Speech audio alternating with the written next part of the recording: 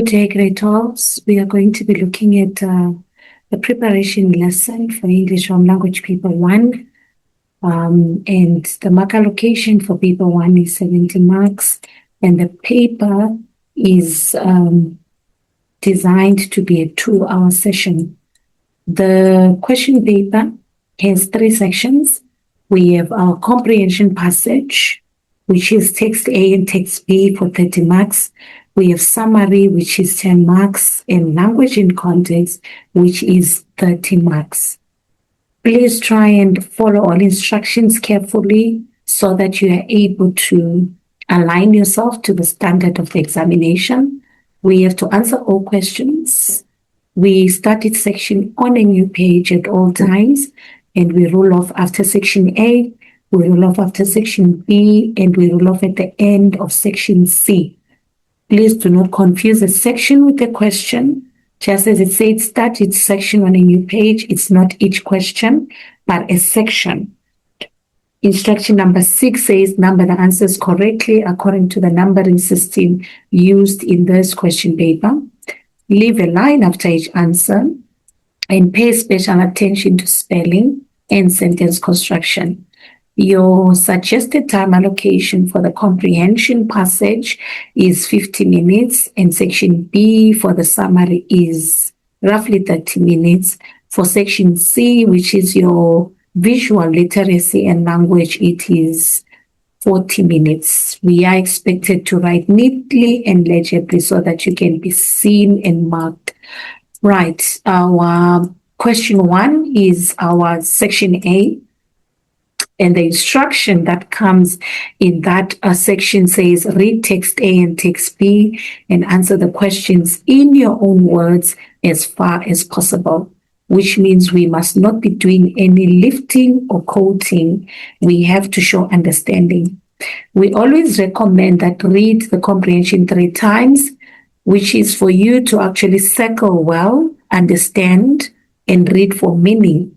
So when we say read 3 times, you have to skim at the beginning of the lesson, because when you are beginning the examination, it means that you have not circled yet.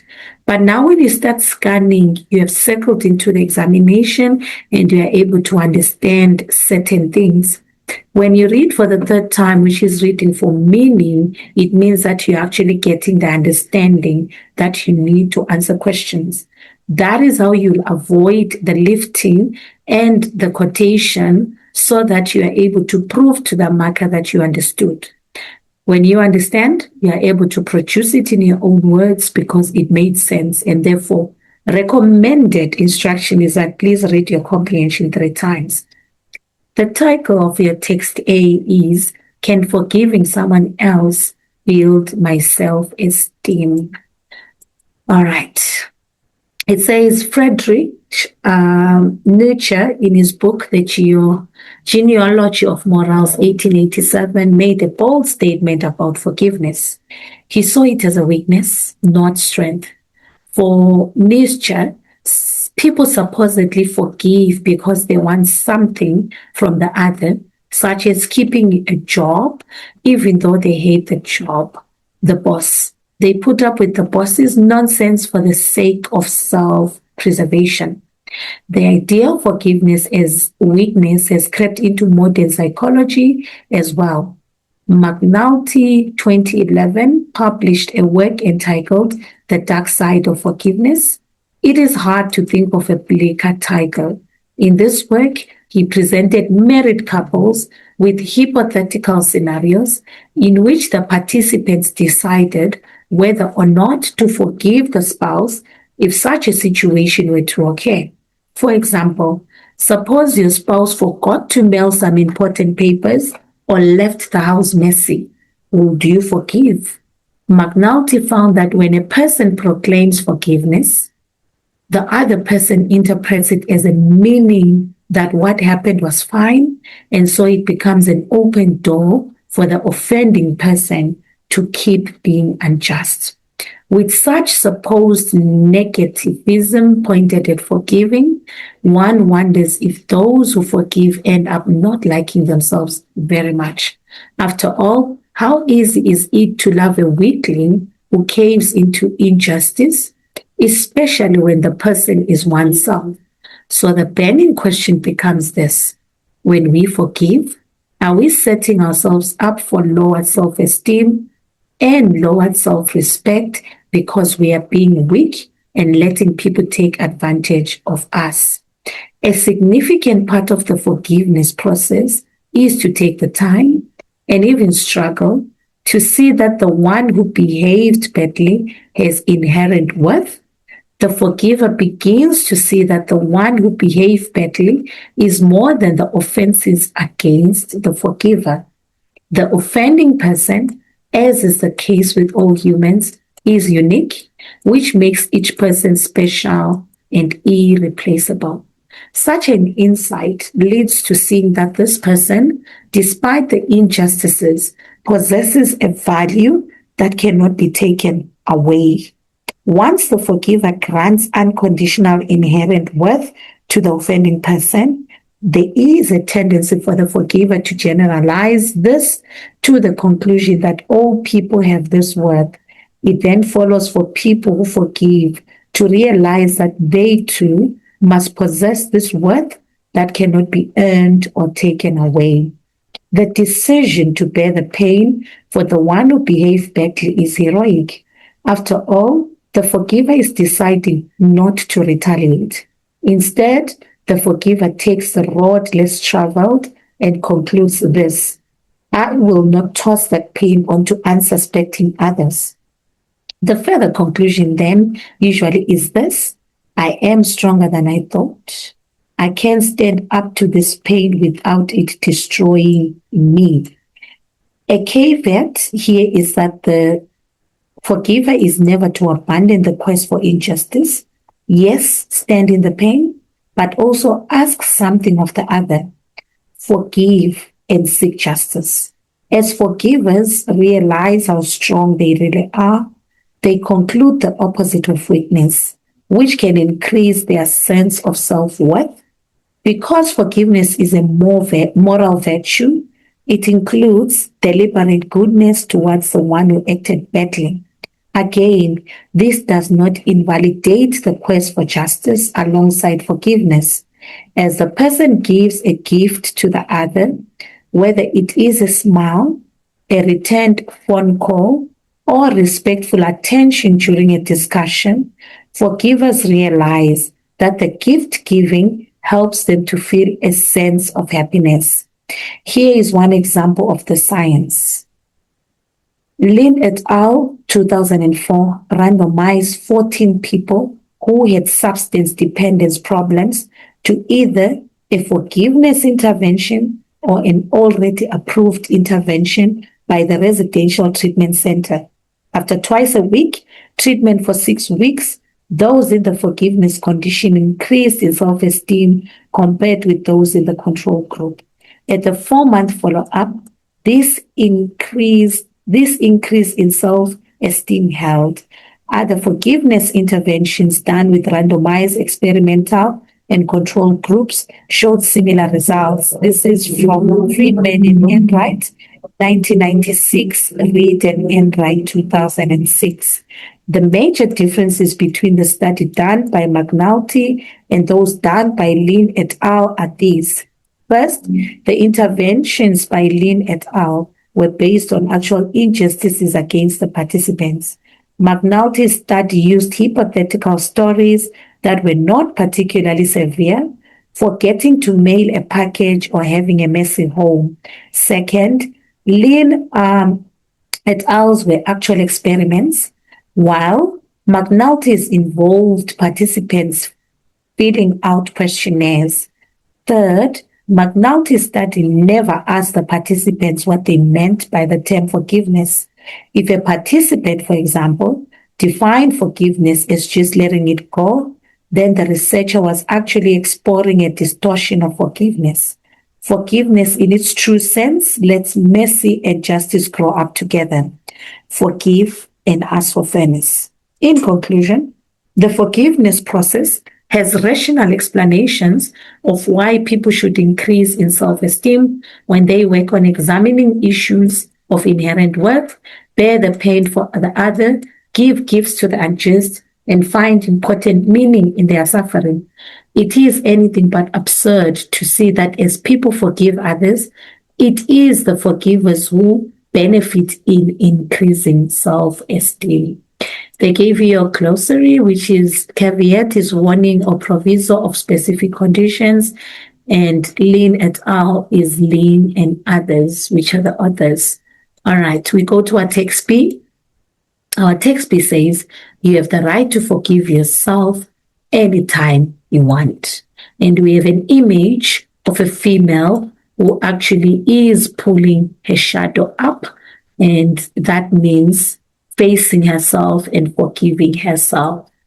Okay, we are going to our questions, which are starting with text A. Text A 1.1 says, we refer to paragraph 1. It says what it needs to believe about forgiveness. One of the things that were raised in paragraph 1 is that it is not a weakness, it's a strength. So we answer in proper sentences as we are expected.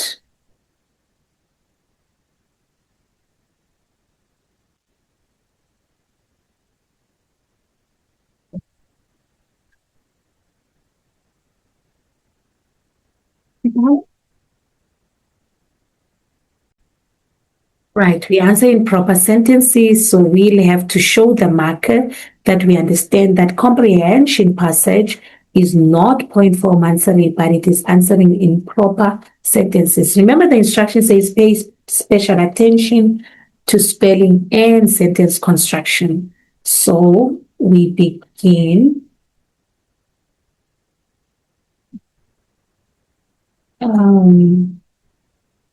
Believes that forgiveness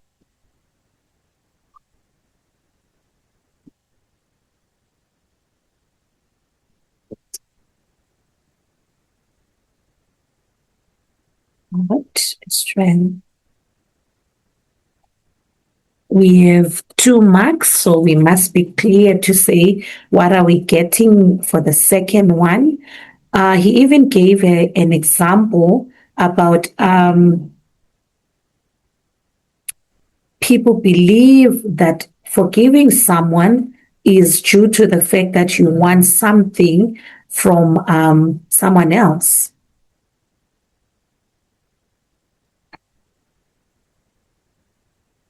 Usually forgive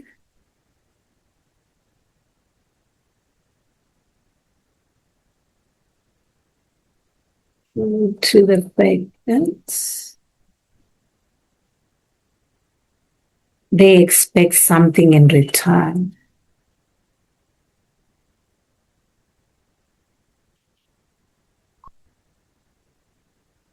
Refer to paragraph 2 says, using your own words, state the conclusion that McNulty reached about the effect of forgiveness in relationships. One of the things that he concluded is that when a person forgives, the other may interpret it as actually an approval of their usual behavior, and therefore it means it will be a continuation of those wrong actions towards a person. So when we're coming in, we are saying McNulty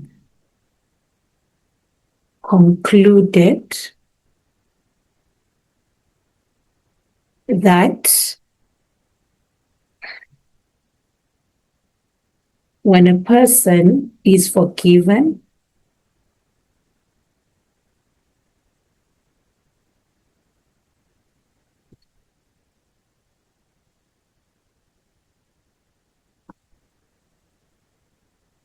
the other person may interpret it as approval to continue the same actions. The Oxford Dictionary gives the meaning of bleak as not hopeful or encouraging, unlikely to have a favorable outcome. What do the words it is hard to think of a bleaker title in line 8 suggests about the author's view of the title of the book mentioned in this paragraph. All right. We are going to talk about a dark side. Bleak is a dark side. So the author is definitely of the opinion that forgiving someone and their dark side will not encourage anyone to forgive other people. So the implication is that forgiveness will not have a positive outcome. It will be senseless, that people are actually encouraged to forgive and actually ignore what they are realizing is wrong, and therefore it has no purpose at all. So that will be the possibilities that we are talking about. It's senseless. So when you're coming in and looking at these words, it will be senseless. You can't be ignorant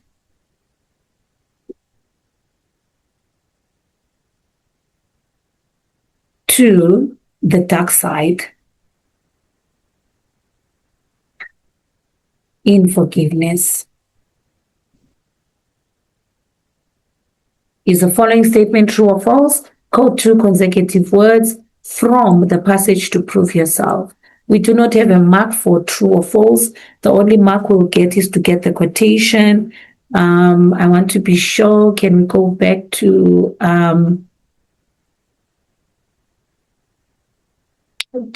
paragraph 2, I believe, to check the actual quotation itself? Okay, there's our paragraph 2. Okay. The idea of forgiveness as weakness has crept into modern psychology as well. McNulty published a work entitled The Dark Side of Forgiveness. It is hard to think of a bleaker title. In this work, he presented married couples with hypothetical scenarios in which the participants decided whether or not to forgive the spouse if such a situation were to occur.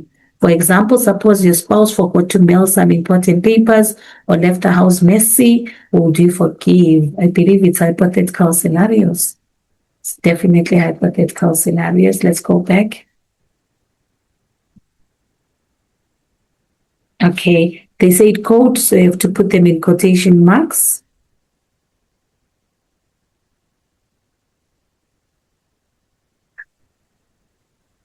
All right. There we go. Refer to paragraph 2 and 3. Based on Nietzsche's and McNulty's perspectives, account for some people's struggle to forgive others. The fear that they will be viewed as weak is one of them.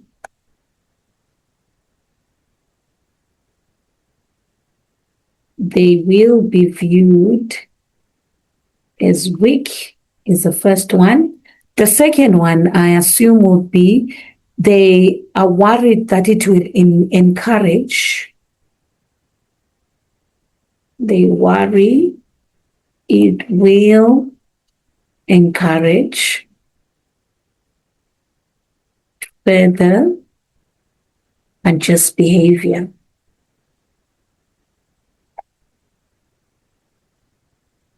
Okay.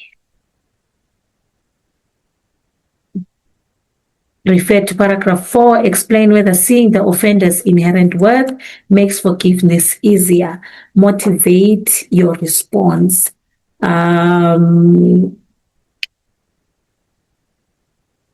We definitely have to discuss the issue of it helps the person forgiving to separate the person from the offense.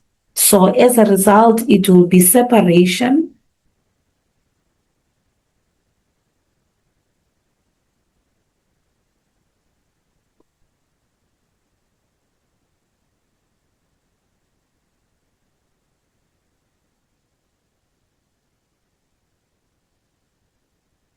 to be able to separate the person from his offense. His offense. And therefore, if the person separates his offense, they actually view them for what their worth is. So it means the person is valued as a human being and not a person who is offended. The second one will be, it can be difficult. There are two, I believe there are two issues that arise with this question. It can be, yes, you can be able to separate, but you also could be in a difficult position to separate because of the damage and the harm that has already happened. The offense, the extent of the offense,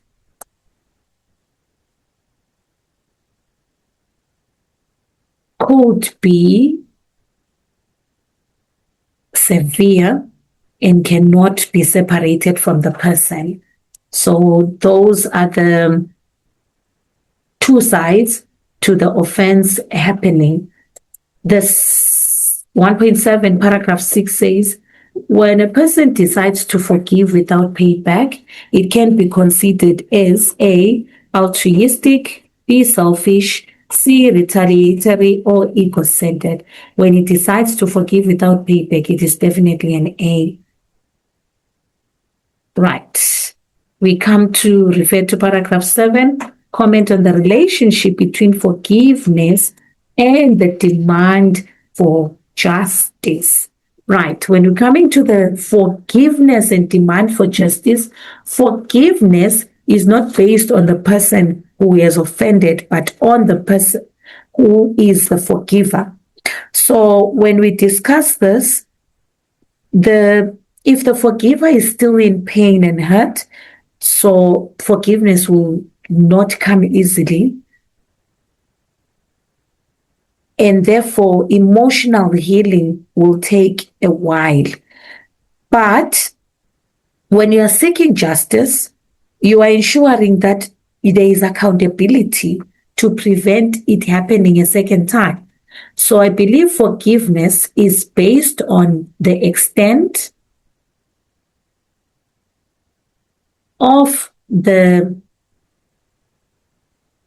pain on the forgiver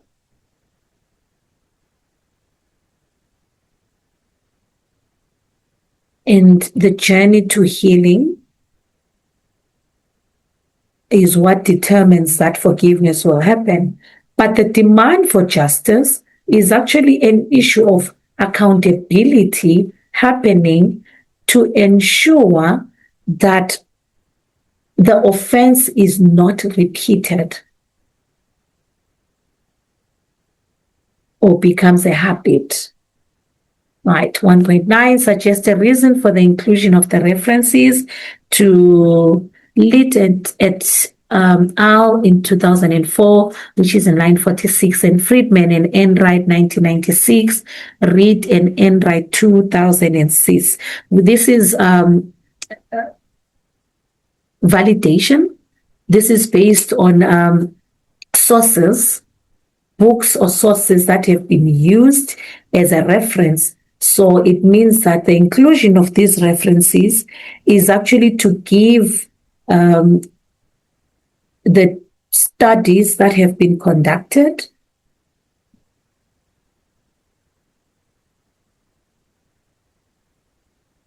it becomes evidence giving validation or authenticity to the article.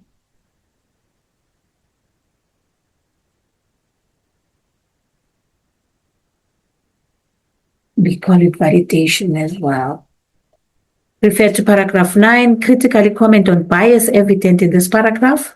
Compare two examples of diction to substantiate your response, we need to quote. Paragraph 9 says the major difference between the study done by McNulty and those done by Lin et al. Are these.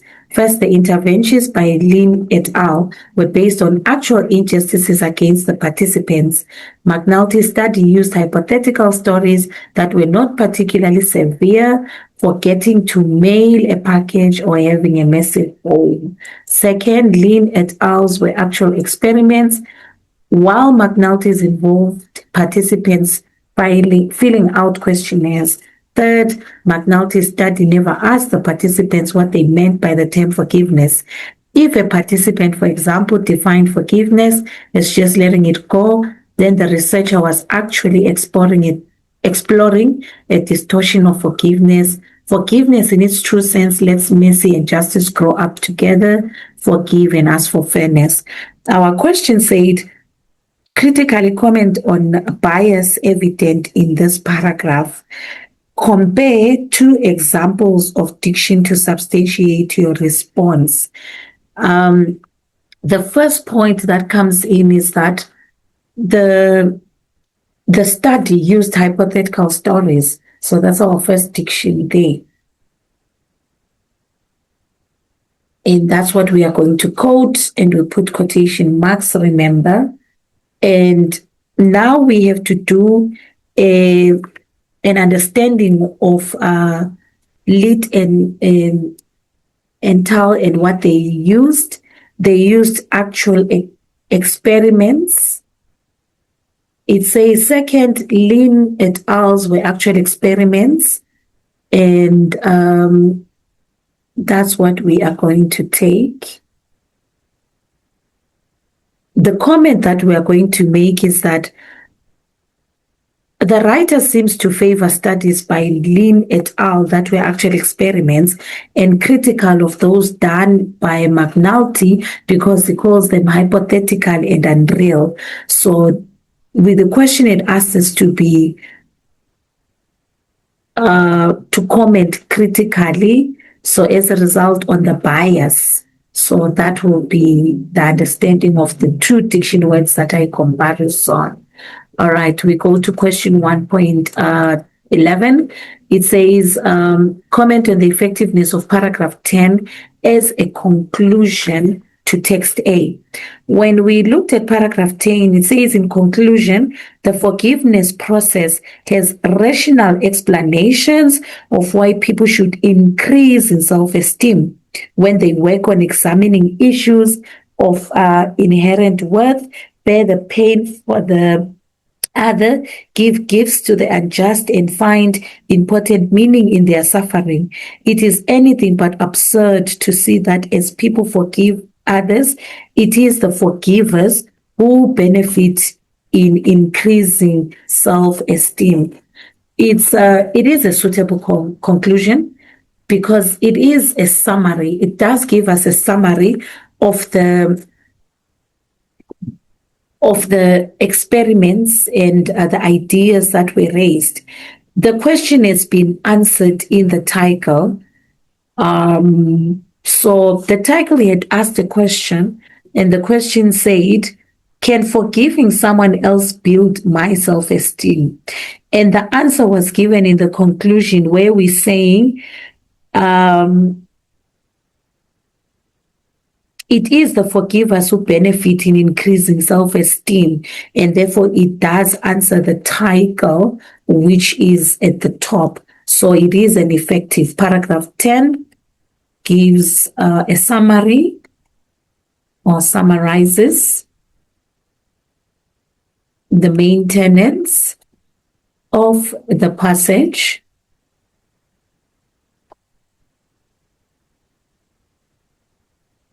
And answers the title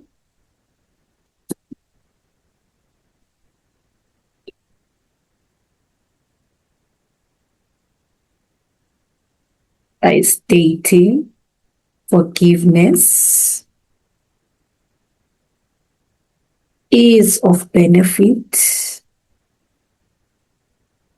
to the forgiver. All right. What does the visual convey about the girl's attitude towards the shadow? We are seeing she's leaning forward, reaching out to hold and pull the shadow's hands. And therefore, it means that she is connecting with the shadow. So it is acceptance. Our attitude will be an attitude of acceptance in the sense that she is finding a way to be gentle with herself, forgive herself, and come to terms with her inner struggles. And it will be the description first, and then the meaning of the description, and then the attitude and its reasoning will be 3 marks. So that's how we interpret the attitude of text B. Critically discuss to which extent the image and message in text B reinforces the author's opinion about forgiveness in paragraph 5 or text A. Remember, we always have a conclusion question that brings together text B and text A.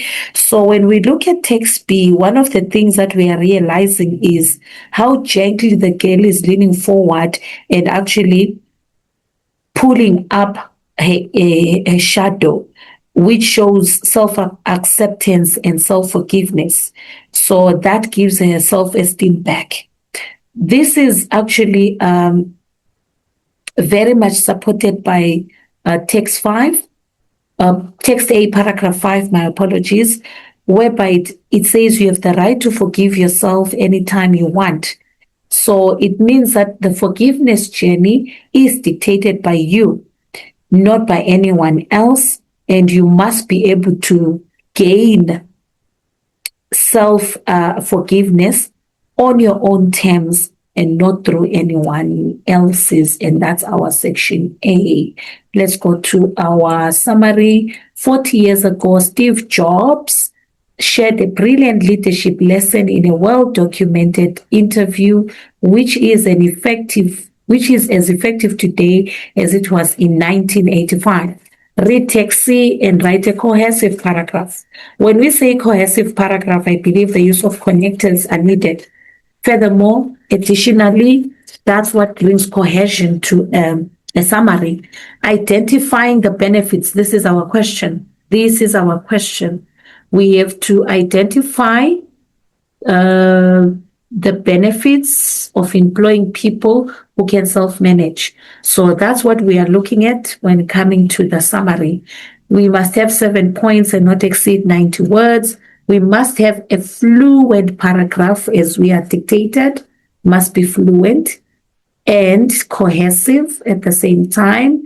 You are not required to include a title for the summary. Indicate your word count at the end of the summary.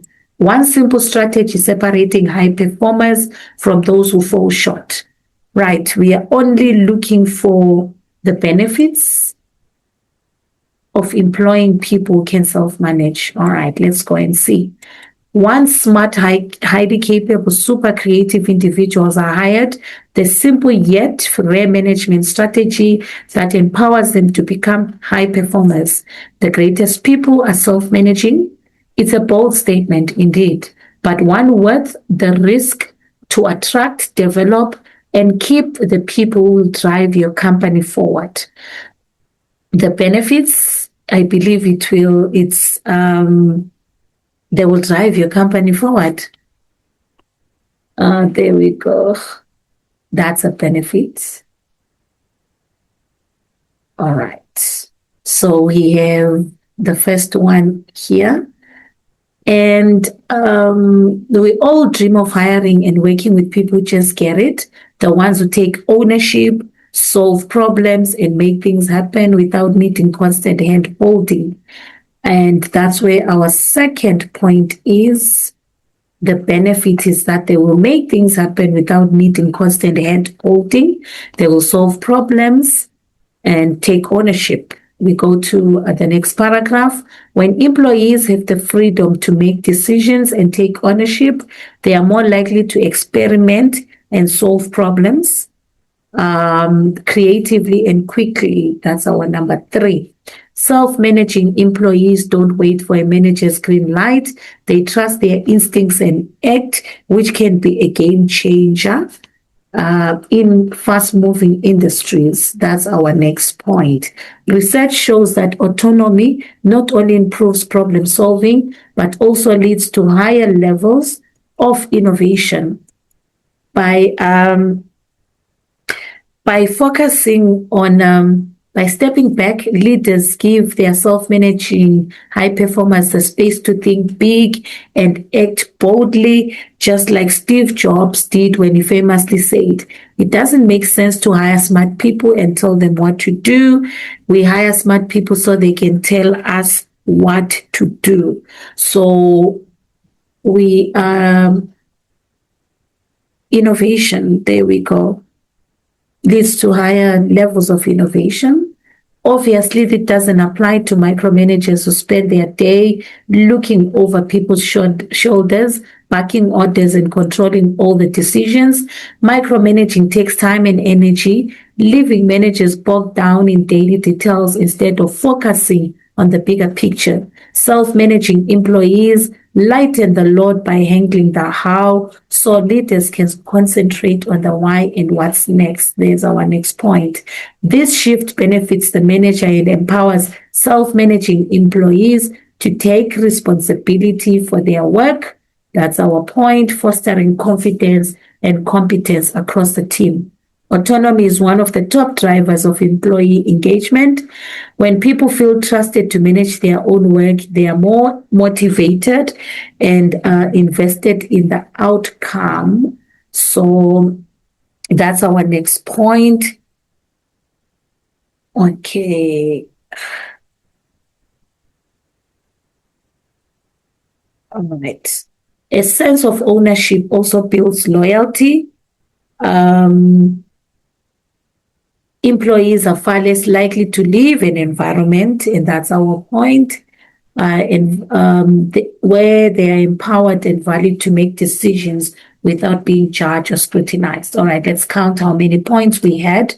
Right, from the top, I believe we had 1, 2, 3, 4, 5, 6, 7, 8, 9 points. We have 9 points, which gives you an option of actually being safe in the examination. Let's talk about how summary is marked.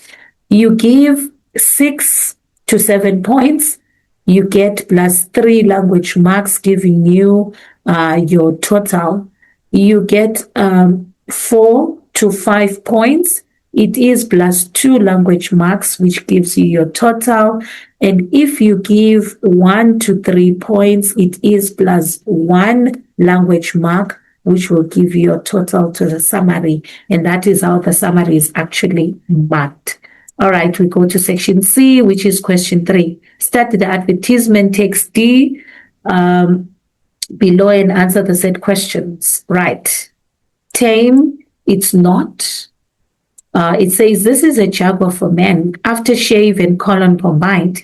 Women like it because it doesn't smell like the stuff they wear. Men like it because it comes on stronger, stays on longer. Jaguar is lusty, powerful, potent. It's bottled in a stark, strong, smoky glass cylinder. It's only for the man who gets a bang out of living, a charge out of leading, who plays to win whatever the game. Jaguar from Yardley. You have a second advertisement, and I believe it's by Salvage, the new fragrance, and by Dior. So these are the 2 advertisements that came in for the question 3. So it means that we are going to be focusing on both to answer the questions. Okay, 3.1 starts and says, it's only for the man who gets a bang out of living, a charge out of leading, who plays to win whatever the game.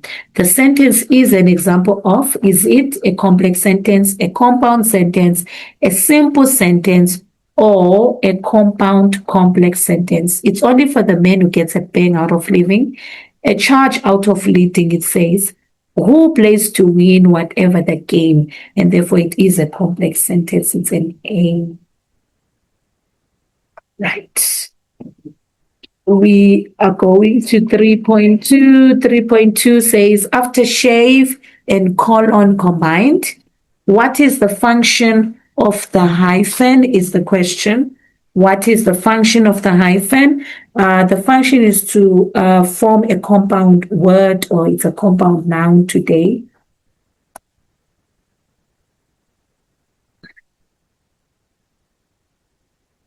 Okay, it's to form a compound word or a compound noun. So that's what we are getting today. It's either a compound word or it is a compound noun. All right. Right. When we are coming in now to 3.3, 3.3 is asking to say, discuss the effectiveness a compound word or compound noun. Discuss the effectiveness of the advertisement in persuading its target audience by referring to one technique the advertiser has used. One of the things that we saw is the use of short sentences. Right. The short sentences are dominating in the sense that they are giving us an indication of emphasizing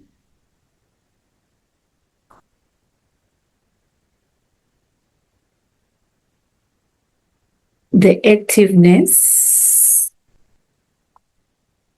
of men who use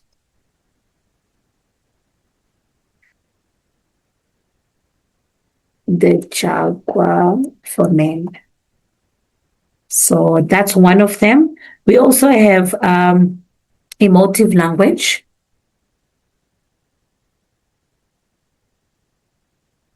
And when dealing with emotive language, there were words that we used there, and we're going to talk about powerful, potent, lusty.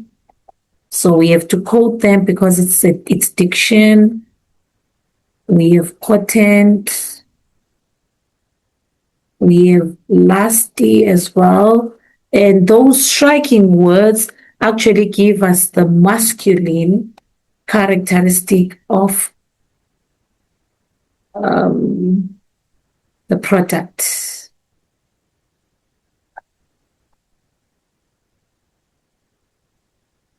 Right, so those are some of the things that we are realizing as a technique. We are going to 3.4.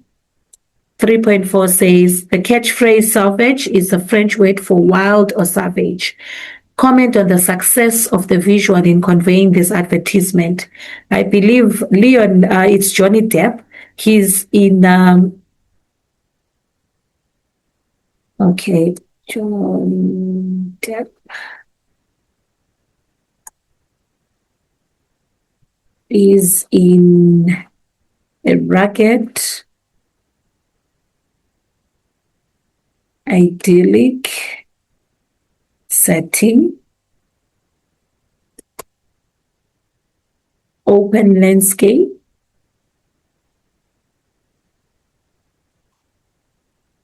his appearance is something we will comment on as well.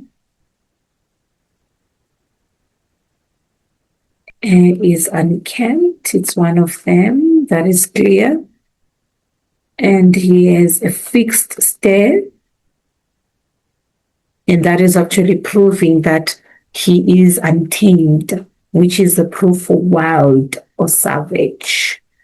3.5, now you're connecting both the advertisements, both the Jaguar for Men and Dior Savage advertisements aim to appeal to a sense of masculinity, but they do so in different ways. Which one do you find more appealing? Motivate your answer by referring to the visual of each advertisement. Well, it's an option question because of what appeals to you first. I'm going to discuss both of them. When we talk for Jaguar for Men, why would it be more appealing in sense of masculinity. We are saying it's very assertive in terms of diction, and therefore the smoky glass that was given is actually more classic and shows dominance, because the description of the jargon for men actually dominated the whole page. So there is no person like the second advert there, which makes the advertisement a little bit strange in the sense that there is no male to prove that it is for men. So you can either say yes based on the diction and how assertive it became and convincing, but now you can say no in terms of that there is no figure or human that is used to advertise, making it a little bit unusual, because it means there's a disconnection between the perfume itself and the human itself. So it will not matter which one you take. The ultimatum is that you substantiate. But when you come to Dior Sauvage, one of the things is the visual image of Johnny Depp is domineering there. He's in an open landscape, very untamed, and I believe there is a stylish pose that he has given, making it very appealing, more powerful. He looks rebellious, and therefore it means the perfume can actually make more appeal than the first one. So substantiating, the key word is this. When you motivate, it means that you are able to account for what you have given. Remember, you don't have a yes or no answer, so don't be bothering to say yes or no, just substantiate which one you take. We go to question 4, which is the cartoon. It says, high school is a lot harder than I thought. How so? My stupid English teacher expects us to be on page 75 of this book tomorrow. Ouch, that does sound hard. Anytime I start a book, I like to read the whole thing in one setting. Having to stop at page 75 will be pure torture. Or is that not what you meant? Our mother is a lot weirder than I thought. Welcome to high school. Okay. The girl with the ponytail is called Paige, and this is Paige. The woman holding the coffee mug is a mother, that's Andrea. The boy with the white baseball cape is Paige's elder brother, that is Peter. Refer to frame 2. Frame 2 said, my stupid English teacher expects us to be on page 75 of this book tomorrow. Ouch, that does sound hard. How does Paige's body language and words indicate that high school is a lot harder than she thought? The first thing that we are seeing is on frame 2. Let's quickly look at that. She has a tongue stuck out. That's the first thing that we are realizing. If a tongue is stuck out, it means exactly that she is in disdain of finishing the assignment. And the words that she uses is, the diction is stupid. That's the first one. To be stupid. And one of the other words that we can talk about is expects. So when she calls her teacher stupid and expects them to read, she finds it impossible and practically impossible or overwhelming for her. So those are the 2 things that we had to bring to the answer. It was 2 marks. It's a tongue stuck out.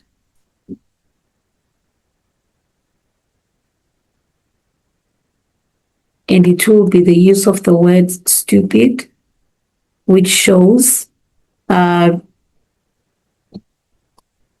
finds it impossible or overwhelming. Discuss how humor is created in frames 2 to 4.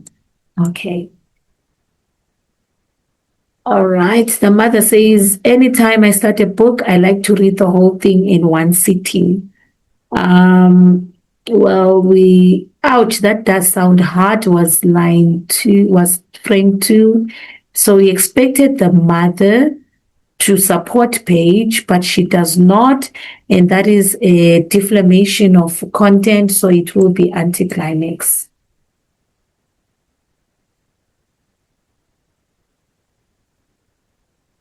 When you say anticlimax, it's she expects sympathy, but the mother does understand and even has an interjection of the feeling that she assumes Paige is feeling, which is through the ouch. But then she shifts and makes it about her and how she actually finishes reading in one sitting.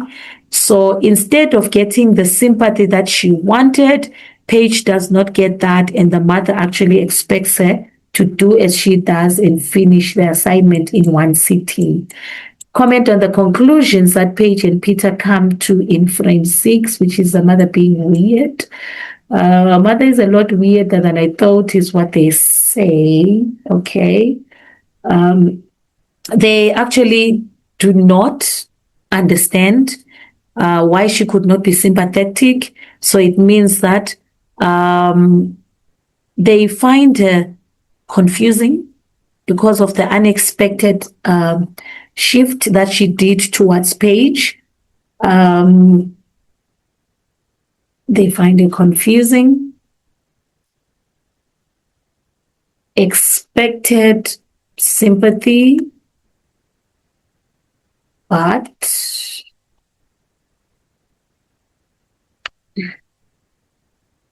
their own mother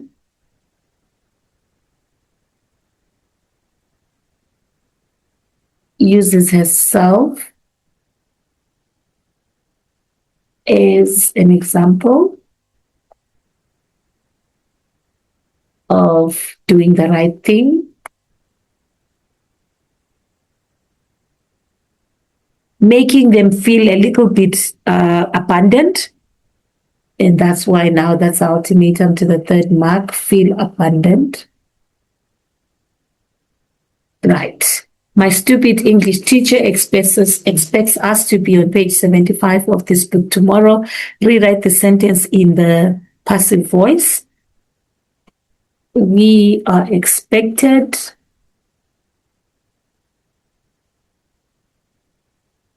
to be on page 75 of this book.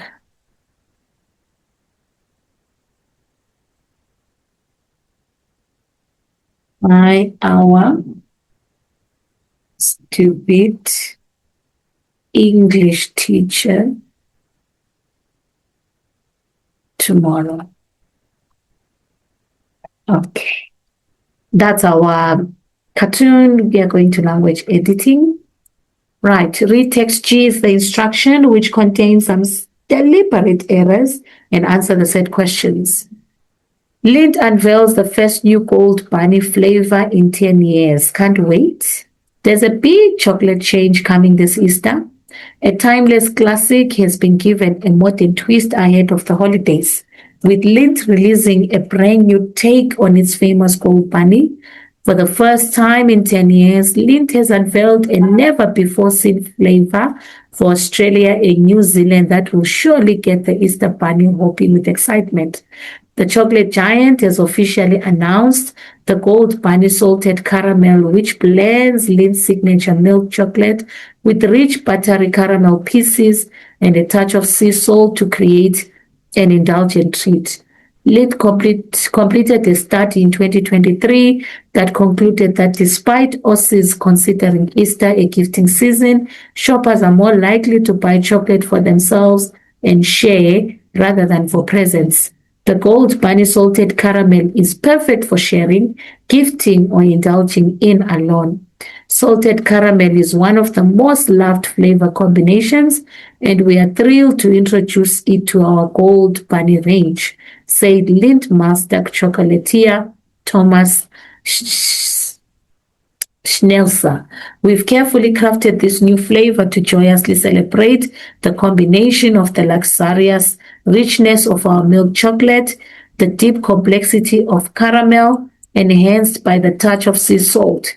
We can't wait for both new and loyal Lindt fans to experience the new Gold Bunny this Easter. The Lindt Gold Bunny salted caramel come in its signature gold foil with a light blue ribbon and a bell. Refer to can't wait in the title, and it says what is the function of this apostrophe, right? Can't wait, it is a contraction because it's supposed to be cannot wait. Remove a redundant word in paragraph 1. Okay, let's see. There's a big chocolate change coming this Easter. A timeless classic has been given a modern twist ahead of the holidays, with Lindt releasing a brand new take on its famous Gold Bunny. It's timeless classic. There we go. So it will be timeless. So we have to remove its timeless that is coming out. Refer to famous and you supply an antonym, which is the opposite. So it will be infamous. Correct the malapropism in paragraph 2. Okay, let's find it.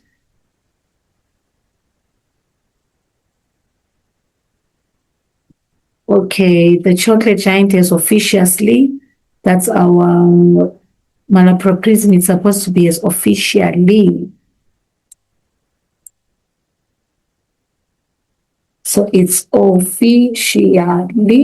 Correct the article error in paragraph 2. Our articles are A, N, and D. So what is the error there? The chocolate giant has officially announced the Gold Bunny salted caramel, which blends Lindt's signature milk chocolate with rich buttery caramel pieces and a touch of sea salt to create an indulgent treat. It's supposed to be an indulgent treat there. So it's supposed to be an indulgent treat.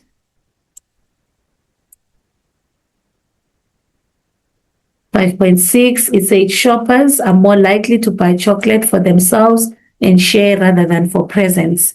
Line 10 to 11. Rewrite this clause, replacing a preposition with a finite verb so that it makes sense.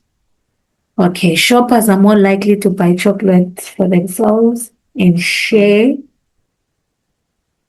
rather than for presents. Rather than buy for presents.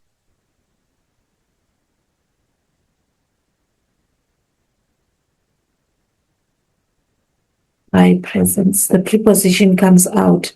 They said replace a preposition. That's our preposition coming out rather than buy presents with a finite verb. So we are inserting by there. 5.7 says salted caramel is one of the most loved flavor combinations, and we are thrilled to introduce it to our Gold Bunny range, said Lindt Master Chocolatier Thomas Schnelzer. Okay, and then it says in reported speech, okay, it's Lindt Master Chocolatier Thomas Schnelzer.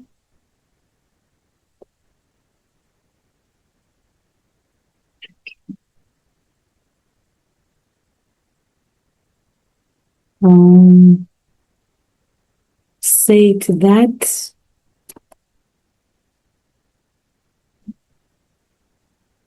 salted caramel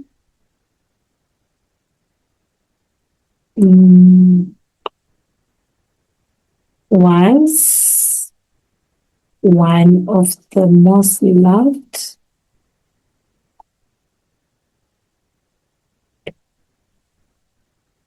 flavor combinations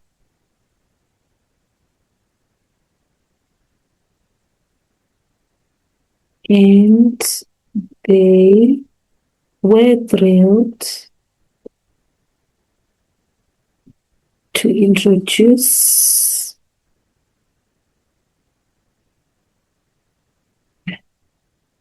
it to their gold bunny range.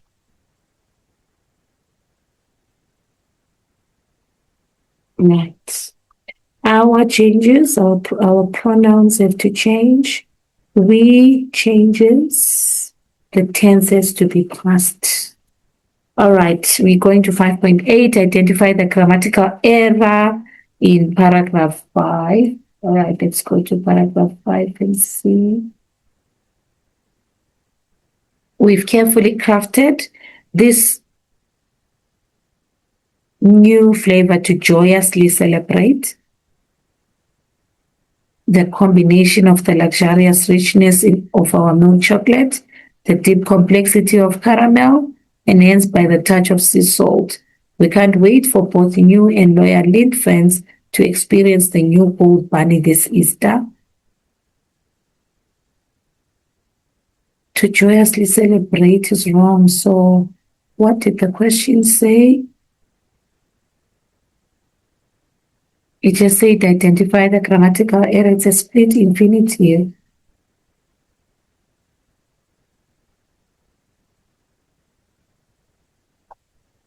Correct the Concord error in paragraph 5 again. The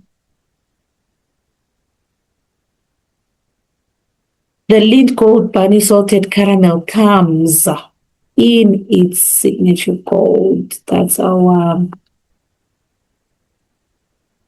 Concord error. So it comes. That brings us to a grand total of 70 marks because we have finally come to the end of section C. A good day to you all.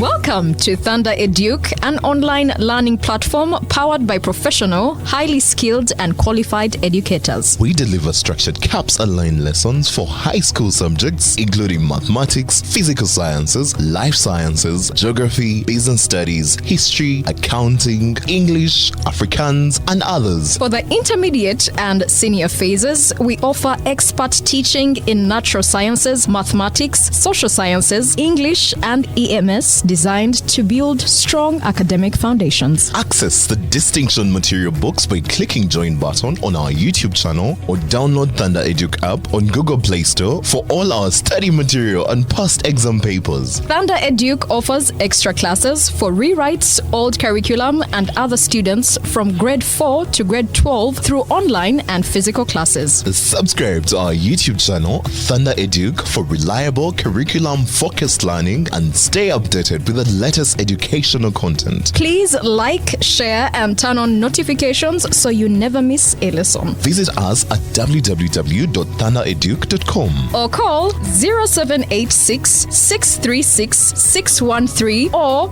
084 833 1738 for more details. ThunderEDUC, we focus on quality.